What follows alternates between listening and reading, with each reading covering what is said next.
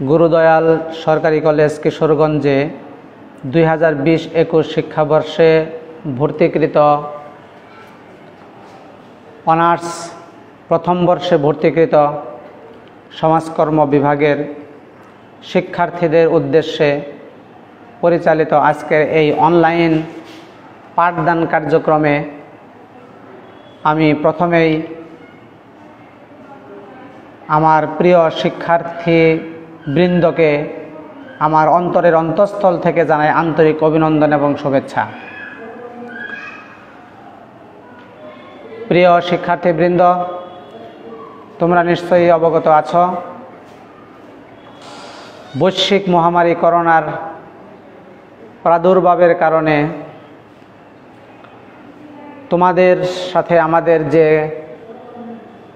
প্রথমেই অনার্সের ক্লাসের শুরুতেই যেভাবে আমাদের মুখোমুখি আলোচনা হওয়ার কথা ছিল,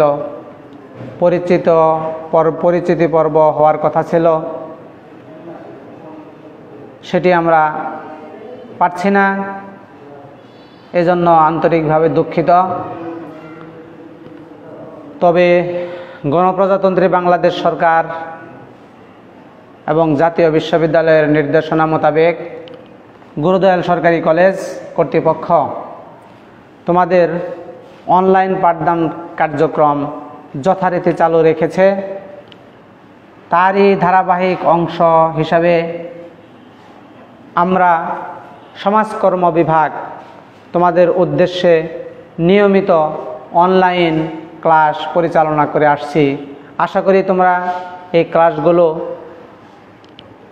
অত্যন্ত মনোযোগের সাথে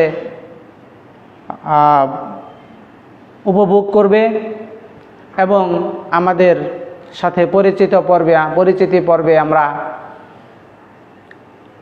এই অনলাইনের মাধ্যমে আমাদের পরিচিতি পর্ব মোটামুটিভাবে শেষ হবে। তারপরে যখন আমরা ফেস টু ফেস ক্লাস করার সুযোগ পাব, মুখোমুখি ক্লাস করার সুযোগ পাবো, তখন তো আমাদের আশা করি সেটা ঘাটতিটুকু আরও পূরণ হয়ে যাবে। তো প্রিয় শিক্ষার্থীবৃন্দ, প্রথমেই আমি আমার পরিচয় দিচ্ছি। আমি মোহাম্মদ আনোয়ার হোসেন, সহযোগী অধ্যাপক, সমাজকর্ম বিভাগ, গুরুদয়াল সরকারি কলেজ কিশোরগঞ্জ। তো আমরা যেহেতু অনলাইন ক্লাস, সেহেতু পরিচিতি পর্ব নিয়ে বা ভূমিকাগত কথা নিয়ে খুব বেশি সময় নষ্ট করতে চাই না। আমরা আমাদের এই অনার্স প্রথম বর্ষে তোমাদের যে সিলেবাসটা দেওয়া হয়েছে, সেই সিলেবাসের মধ্যে একটি কোর্স আছে, যে কোর্সের নাম হচ্ছে মানবীয় মনোবিজ্ঞান ও সমাজকর্ম। আমাদের বিভাগের সম্মানিত শিক্ষক মণ্ডলী তোমাদের কোর্সগুলোকে বিভিন্ন জনের মধ্যে বন্টন করে দিয়ে আমরা সেই কোর্সগুলি তোমাদের পাঠদান সম্পন্ন করার চেষ্টা করব। তো আমি মোহাম্মদ আনোয়ার হোসেন, সহযোগী অধ্যাপক, তোমাদের যে কোর্সটি নিয়ে আলোচনা করব সেটা হচ্ছে মানবীয় মনোবিজ্ঞান এবং সমাজকর্ম, অর্থাৎ ইংরেজিতে বলা হয় human psychology and social work. প্রথমেই এই সাবজেক্টটা কেন সমাজকর্মে অন্তর্ভুক্ত করা হলো সে সম্পর্কে আমি সামান্য একটু কথা বলবো। Human psychology and social work, মানবীয় মনোবিজ্ঞান এবং সমাজকর্ম। সমাজকর্মীকে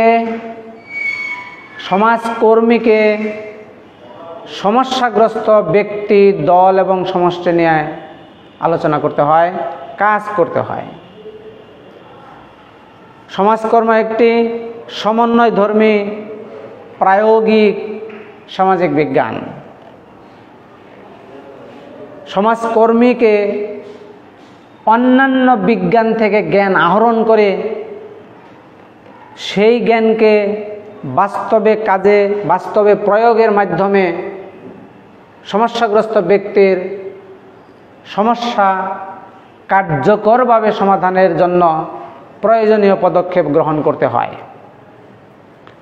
সমাজকর্মীকে অন্যান্য যে সকল বিষয়ের জ্ঞান অর্জন করতে হয় তার মধ্যে একটি অন্যতম গুরুত্বপূর্ণ বিষয় হচ্ছে মনোবিজ্ঞান, এবং এটি আমরা মনোবিজ্ঞানেরই একটা পার্ট বা অংশ হচ্ছে মানবীয় মনোবিজ্ঞান। এই মানবীয় মনোবিজ্ঞানের জ্ঞান সমাজকর্মীকে তার পেশাগত দায়িত্ব পালনের ক্ষেত্রে বিশেষভাবে সহায়তা করে থাকে। আমরা এই জন্য সমাজকর্মীদেরকে মানবীয় মনোবিজ্ঞানের জ্ঞান অর্জন করতে হয়। তারই প্রেক্ষিতে সিলেবাস প্রণয়ন কমিটি অনার্স প্রথম বর্ষে মানবীয় মনোবিজ্ঞান ও সমাজকর্ম এই কোর্সটিকে একটি স্বতন্ত্র কোর্স হিসেবে চালু করেছে। তো আমি এই কোর্সের উপরে তোমাদের সাথে আলোচনা করব, এবং এই কোর্সের কোড নম্বর হচ্ছে, আমি লিখে দিয়েছি 21-21-07। মানবীয় মনোবিজ্ঞান এবং সমাজকর্ম, তার কোড নম্বর হচ্ছে 21-21-07। এই কোর্সেরই প্রথম অধ্যায় হচ্ছে ভূমিকা। এই ভূমিকার মধ্যে আবার অনেকগুলো বিষয় আছে। আমি আজকে তোমাদের দুটো বিষয় নিয়ে আলোচনা করব। একটা হচ্ছে মনোবিজ্ঞানের সংজ্ঞা এবং মনোবিজ্ঞানের প্রকৃতি বা বৈশিষ্ট্য। প্রিয় শিক্ষার্থীবৃন্দ, মনোবিজ্ঞানের সংজ্ঞা আমি প্রথম আলোচ্য বিষয় নিয়ে কথা বলছি। মনোবিজ্ঞানের ইংরেজি প্রতিশব্দ সাইকোলজি। মনোবিজ্ঞানের ইংরেজি প্রতিশব্দ সাইকোলজি, যা দুটি গ্রিক শব্দ থেকে এসেছে, সাইকি এবং লোগোস। সাইকি শব্দের অর্থ হচ্ছে মন বা আত্মা, আর লোগোস শব্দের অর্থ হচ্ছে বিজ্ঞান। তো শব্দগত দিক থেকে বা উৎপত্তিগত দিক থেকে যদি আমরা বলি, মনোবিজ্ঞান হচ্ছে মন বা আত্মার বিজ্ঞান। উৎপত্তিগত দিক থেকে মনোবিজ্ঞান হচ্ছে মন বা আত্মার বিজ্ঞান। তবে এখানে একটা কথা রয়েছে, মানুষের মন ধরা ছোঁয়ার বাইরে। মানুষের মনকে ধরা যায় না, ছোঁয়া যায় না, স্পর্শ করা যায় না, কিন্তু অনুভব করা যায়। কিভাবে অনুভব করা যায়? তার আচার আচরণের মাধ্যমে, তার কথাবার্তা, আচার আচরণ, চাল চলন, আবেগ অনুভূতি, আকাঙ্ক্ষা প্রত্যাশা, এগুলোর মাধ্যমে আমরা তার মনের গতি প্রকৃতি সম্পর্কে একটা ধারণা লাভ করতে পারি। এই জন্য যদিও শব্দগত দিক থেকে এটাকে মনের বিজ্ঞান বলা হয় বা আত্মার বিজ্ঞান বলা হয়েছে, কিন্তু প্রকৃত পারিভাষিকভাবে এটি হচ্ছে মানুষের মন বা আত্মার বিজ্ঞান নয়, এটি হচ্ছে আচরণের বিজ্ঞান। এটি আচরণের বিজ্ঞান, এই কথাটি প্রথম বলেছেন আমেরিকার বিখ্যাত বিজ্ঞানী জন বি ওয়াটসন। অনেক সময় আসে জন বি ওয়াটসনকে মনোবিজ্ঞান যে আচরণের বিজ্ঞান, এই কথাটি সর্বপ্রথম কে ব্যবহার করেছেন? মনোবিজ্ঞান যে আচরণের বিজ্ঞান, এই কথাটি সর্বপ্রথম ব্যবহার করেছেন জন বি ওয়াটসন। প্রিয় শিক্ষার্থীবৃন্দ, এই পর্যন্ত যে আলোচনাটুকু করলাম, সেই আলোচনাটুকু আমার খুবই সংক্ষিপ্ত, ছোট। মনোবিজ্ঞানের ইংরেজির প্রতিশব্দ সাইকোলজি, যা দুটি গ্রিক শব্দ সাইকি এবং লোগোস থেকে এসেছে। এই সাইকি এবং লোগোস শব্দ দুটির অর্থ হচ্ছে মন বা আত্মা বা বিজ্ঞান। তাই শব্দগত দিক থেকে এটিকে বলা হয়ে থাকে মন বা আত্মার বিজ্ঞান। কিন্তু মন এবং আত্মা মানুষের ধরা ছোঁয়ার বাইরে, স্পর্শ করা যায় না, কিন্তু অনুভব করা যায়। অনুভব করা যায় কিভাবে? তার আচার আচরণ, কথাবার্তা, চাল চলন, আবেগ অনুভূতির মাধ্যমে। এই জন্য আধুনিককালে মনোবিজ্ঞানকে বলা হয়ে থাকে আচরণের বিজ্ঞান, এবং তারই প্রেক্ষিতে মনোবিজ্ঞানের সংজ্ঞা দিয়েছে আমেরিকান সাইকোলজিক্যাল অ্যাসোসিয়েশন। মনোবিজ্ঞানের সংজ্ঞায় বলেছে, মনোবিজ্ঞান হলো ব্যক্তির আচরণ ও মানসিক প্রক্রিয়া সম্পর্কে সমূহের বৈজ্ঞানিক অধ্যয়ন। এবং জন বি ওয়াটসন, যার কথা বলেছিলাম, তিনি একটি বিখ্যাত সংজ্ঞা দিয়েছেন, সেটি হচ্ছে psychology is the science which discuss the behaviour of the human and animal.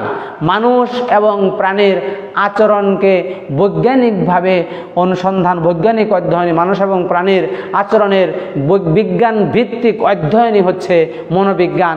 এই মনোবিজ্ঞানের সংজ্ঞার উপরে আরও অনেক কথা আছে, তোমরা বই দেখে এই বিষয়টি ক্লিয়ার হবে। তাহলে আমি মনোবিজ্ঞানের সংজ্ঞার উপরে কথা আমার আর শেষ আজকে। 2 নম্বর কথা হচ্ছে মনোবিজ্ঞানের প্রকৃতি বা বৈশিষ্ট্য। মনোবিজ্ঞানের সংজ্ঞা এবং মনোবিজ্ঞানের সংজ্ঞাকে বিশ্লেষণ করলেই এর প্রকৃতি বা বৈশিষ্ট্য স্পষ্ট হয়ে ওঠে। এর প্রকৃতি বা বৈশিষ্ট্য, এটার 1 নম্বর প্রকৃতি বা বৈশিষ্ট্য হচ্ছে এটা প্রায়োগিক বিজ্ঞান। এটি তাত্ত্বিক বিজ্ঞান নয়, এটি প্রায়োগিক বিজ্ঞান। মনোবিজ্ঞানের জ্ঞান আজকে সারা পৃথিবীতে এমন কোনো সেক্টর নেই যে সেক্টরে মনোবিজ্ঞানের জ্ঞানের প্রয়োগ হচ্ছে না। চিকিৎসা, শিক্ষা, সমাজ, শিল্প, শিশু, সামরিক, বেসামরিক, পারিবারিক, সামাজিক প্রতিটি ক্ষেত্রে মনোবিজ্ঞানের জ্ঞানকে কাজে লাগিয়ে মানুষের জীবনের বিভিন্ন সমস্যা সমাধানের ক্ষেত্রে এটি গুরুত্বপূর্ণ ভূমিকা পালন করে যাচ্ছে। মনোবিজ্ঞান হচ্ছে একটি জৈব সামাজিক বিজ্ঞান। এটি জীব এবং জীবের জৈব সামাজিক বলতে বোঝাচ্ছে মানুষ সহ অন্যান্য সকল জীবন্ত প্রাণীর আচার আচরণকে বিশ্লেষণ করে তাদের বিজ্ঞানসম্মত ব্যবহারকে, তাদের আবেগ, অনুভূতি, মনোভাব, প্রত্যাশাগুলোকে বিজ্ঞানসম্মতভাবে অধ্যয়ন করে একটি সিদ্ধান্তে উপনীত হওয়ার চেষ্টা করে থাকে, বিজ্ঞানসম্মত পদ্ধতি অনুসরণ করে থাকে। মোটামুটিভাবে এই ছিল আমাদের আজকের আলোচনা। আশা করি তোমরা আজকের আলোচনা থেকে এই দুটি বিষয় ক্লিয়ার হয়ে যাবে। একটা হচ্ছে মনোবিজ্ঞানের সংজ্ঞা, আরেকটা হচ্ছে মনোবিজ্ঞানের প্রকৃতি বা বৈশিষ্ট্য। আজকে আমি আর আমার বক্তব্য দীর্ঘায়িত করছি না। তোমাদের সুন্দর ভবিষ্যৎ কামনা করে আমি আমার বক্তব্য শেষ করছি। সবাইকে অসংখ্য ধন্যবাদ।